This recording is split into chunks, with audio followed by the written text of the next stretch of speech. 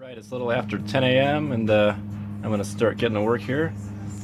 First step of the day is to get this thing scraped out, I think. I'm going to use a heat gun and a scraper. Probably be a lot quicker than sanding it. And then I got to get outside and touch up those hatches a bit. We hit the dew point last night and this got kind of damp, a little condensation going on, so I'm going to wipe that all up. And I got a little bit more sanding to do on this thing. And I'm not sure if I'm going to touch that front one or not. We'll see. Looks like I still have some dolphinite leftover residue, I guess, on this board. So I'm going to try to sand that out, I suppose. And then probably I'll proceed with this heat gun and scraping on these corners. Looks like some scraping and some 80 grit took that residue right off. That's coming right along. Some heat gun in here until the stuff starts bubbling, which I think you can just see on there.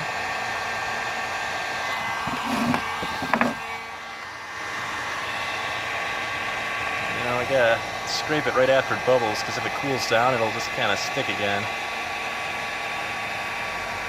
Like some scraping and then some 80 grit while it was hot from the heat gun. Took that right off. I'm having trouble getting this last tiny little bit of old varnish or whatever out of that corner, because you know, when you're hitting it like this, it's really tough. You can't like slide past it, you know. So I think I'm going to take a finer grit in a minute, or well, after I'm done 80 gritting this and this other hatch, but I'll take a finer grit and then I'll work my way against the grain with it. And since the grit will be finer, it won't damage the grain, and it'll be easier to get that bit out since I'll be able to do a nice pass going this way. And then after I've done that, I'll take the same grit and then work this way again to fix any scrapes that are evident since, you know, from the time that I was moving against the grain. Found a little more paint or old varnish I have to scrape off of here, and it's always tricky when it's so, you know, you're working on this corner right here. There's just not much room to get a good scraping or sanding motion over it, so you just, you know, you do what you can. I'll heat gun and do some scraping and just do whatever I need to get out of there. How quick this little triangular scraper has made life pretty nice. It's got a tip you can twist. You know, it's carbide, so it's not the easiest to sharpen, but you can loosen that screw and twist it so you have a new sharp side to start with. I think they make little replacement triangles for it too. And this was courtesy of a friend of mine named Jim, who, I don't know, just had an interest in this boat of mine and gave me a hand doing all kinds of scraping and sanding and varnishing, and just a good old pal of mine. I gotta give him a call today now that I think about it. But anyway, this thing has really gotten in here, and getting this old varnish right out of there.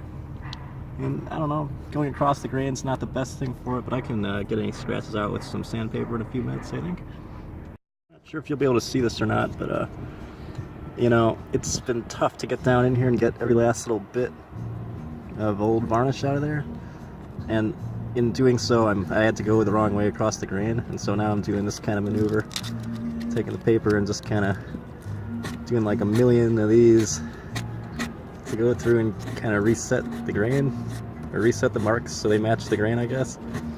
So that'll be fun for a while. So something reminded me, there's this trick a buddy showed me, where you take one of these scrapers and you take some of this sticky sandpaper and you stick the sandpaper to the scraper, and then you can use that to get into these tough little areas. And that trick is courtesy of my buddy Dave. This is finally starting to look pretty good. I'm actually able to get in there nice with this little technique, which I'm now improvising by folding some of my 80 grit over the scraper. I don't have any of the sticky 80 grit on hand at the moment, but yeah, it's coming right along. I think this thing's starting to look pretty good.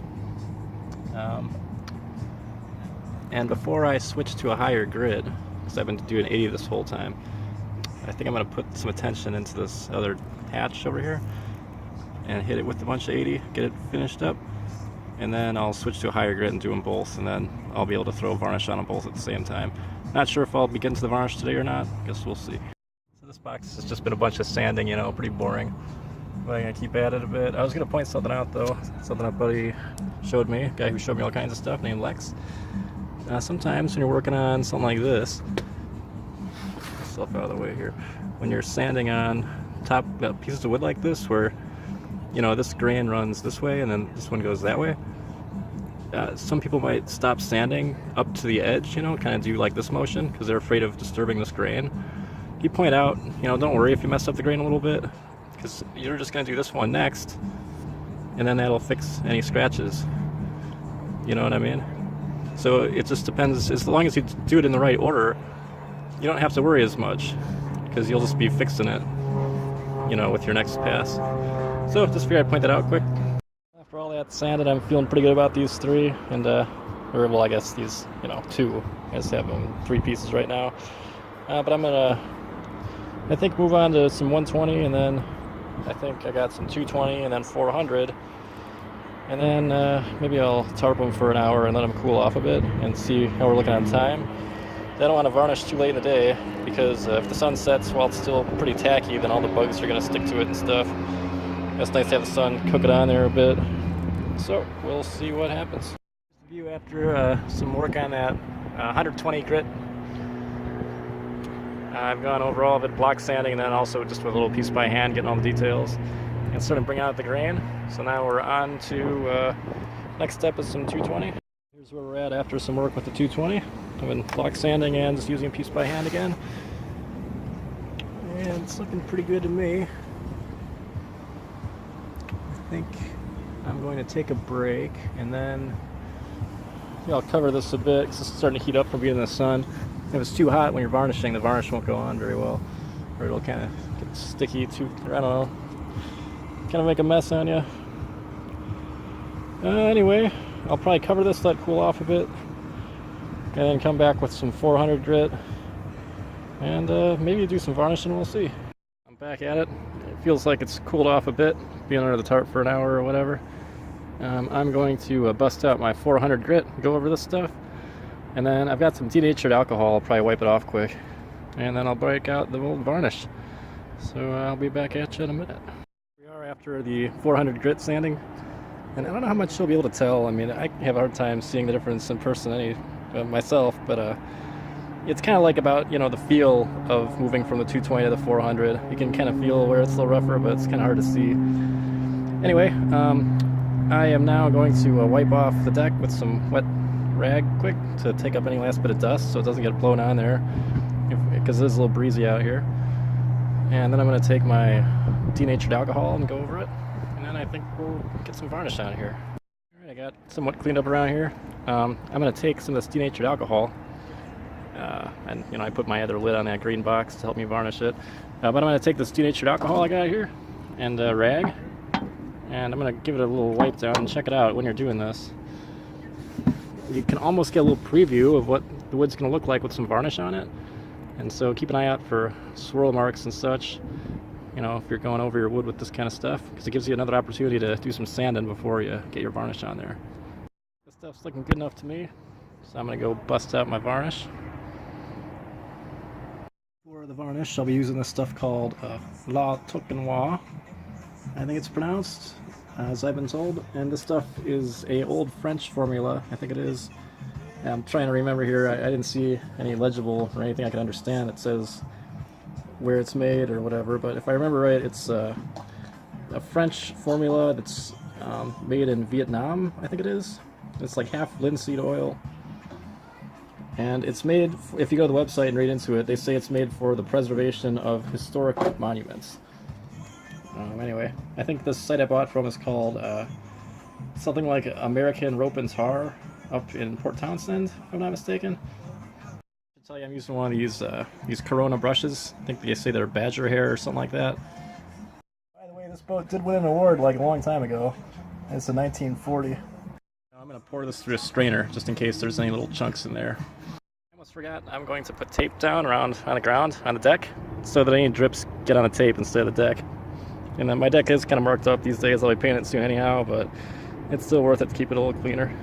I'm all ready to go here. I'm going to spill in some varnish.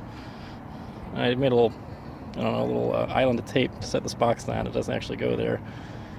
Yeah. I don't know if I'll be filming me actually varnishing, because, you know, it's going to get pretty kind of sticky. I don't want to get any varnish on this new phone, or, you know, used, refurbished, but new to me type of phone. Anyway, hopefully you'll be seeing some varnish in the right places in the next picture. I'm just going for a real thin uniform coat here, and it's going to soak up a lot of varnish too, so if it doesn't end up being all shiny on the first coat, it's no big deal. I won't be heartbroken.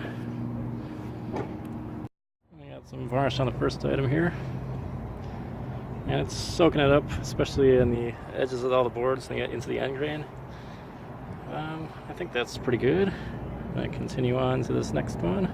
I got some varnish on this stuff, and I think it turned out alright. You'll recall I did this one first, and you can see it's soaked up quite a bit of varnish. And it's tempting to smear more on there now, but it could disturb the varnish that's on there already, so better to just wait till tomorrow. Or, well, not tomorrow, till Sunday. And I think I'm going to call it good on this stuff for now. Thanks for watching, and I'll show you what happens next on Sunday, probably. Depending on the weather, of course. Just realized I'm not out of the woods yet.